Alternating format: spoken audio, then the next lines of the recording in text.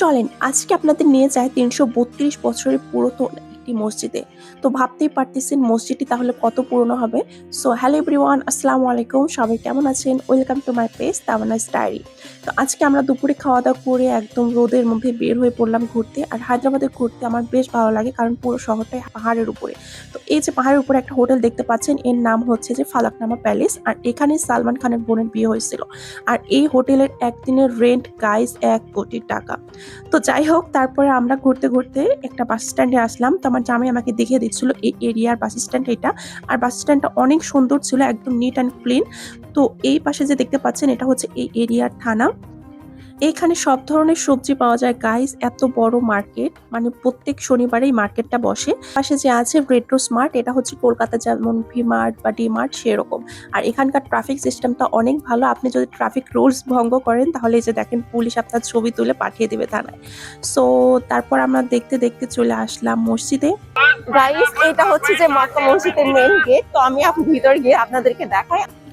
তারপর আমরা মসজিদের ভিতরে যাচ্ছি আস্তে আস্তে। আর এইটা দেখেন মসজিদের মেইন গেট। গেটটা ছিল অনেক বড়। আর গেটের ডিজাইনটা ছিল পুরোটা একদম অ্যাস্থেটিক টাইপের। আর পুরো গেটটাতে ছিল অরিজিনাল পিতলের ডিজাইন করা। তো এখানে একটু সিকিউরিটি সিস্টেম আছে। আপনি ব্যাগ নিয়ে যদি যান তাহলে এখানে পুলিশ আপনার ব্যাগ চেক করবে যে ব্যাগে কিছু আছে কিনা। তো আমার জামাইয়ের ব্যাগটা চেক করলো। তারপরে এই রুমে আপনাকে একটা টোকেন দেওয়া হবে, দিয়ে তারপরে ব্যাগটা জমা দিতে হবে। তো তারপর আমরা মসজিদের ভেতর যাচ্ছি। আর এই পাশে দেখেন কিউট একটা বিল্লু। বিল্লুটা অনেক কিউট ছিল। তো এই যে এই আন্টিটা দেখতে পাচ্ছেন, এখানে আপনার জুতো খুলে যেতে হবে। আর এখানে একটা টোকেন দিবে, আর আন্টিকে ১০-২০ টাকা দিলেই হবে। তারপরে ভিতরে ঢুকতেই দেখবেন যে এখানে কিছু কবর। এখানে দাফন করা হয়েছে মাহবুব আলী খান, আজম শাহ, নিজাম আলী খান, আসফ শাহ, আরো অনেকে। ভিতরে মহিলারাও আছে, কোনো সমস্যা নেই, ছোট বাচ্চারা এসে খেলাধুলো করে। আর আপনাদেরকে ভিতরে একটু দেখায় আসি। মক্কা মসজিদটি ভারতের হায়দ্রাবাদের শহরের বৃহত্তম একটি মসজিদ। আর এই মসজিদে ১০,০০০ মুসল্লি একসাথে নামাজ আদায় করতে পারে। মসজিদটি ১৭ শতকে নির্মিত হয়েছিল এবং এটি একটি রাষ্ট্র সুরক্ষিত স্মৃতিস্তম্ভ মসজিদ। মসজিদটি ১৭৯৩ খ্রিস্টাব্দে চালু করা হয়। সে থেকে এখন পর্যন্ত এখানে ৫ ওয়াক্ত নামাজ এবং ঈদের নামাজ আদায় করা হয়। আর এখানে আমার সবচেয়ে বেশি ভালো লাগছে সেটা হচ্ছে এই মসজিদে আমি অনেকগুলো বিড়াল দেখছি, যেটা আমার অনেক ভালো লাগছে।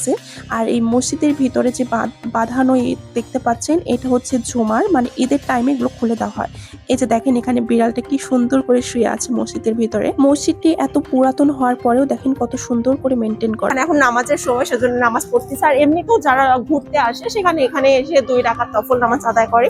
আর এই যে এটা যে দেখছেন, এটা হচ্ছে ঈদের সময় বা জুম্মার দিনে, মানে শুক্রবারে অনেক ভিড় থাকে, তখন এখানে নামাজ আদায় করে। এটা হচ্ছে অজুখানা। আর মানে অনেক সুন্দর করে মানে পানি দিয়ে এখানে অজুখানাটা তৈরি করা, মানে বসারও জায়গা আছে, আপনি এখানে বসে থেকে অজু করতে পারবেন। আর এই যে দেখেন অনেক সুন্দর সুন্দর কবুতর আছে, অনেক কবুতর আছে এখানে। ছোট বাচ্চারাও এসে দেখেন এই যে অজু করতেছে। এই যে অনেক ঠান্ডা পানি। আর ওই যে ওই পাশে দেখতে পাচ্ছেন, ওটা হচ্ছে পানির ফোয়ারা, মানে সন্ধ্যার সময় ওইটা ওপেন হয়।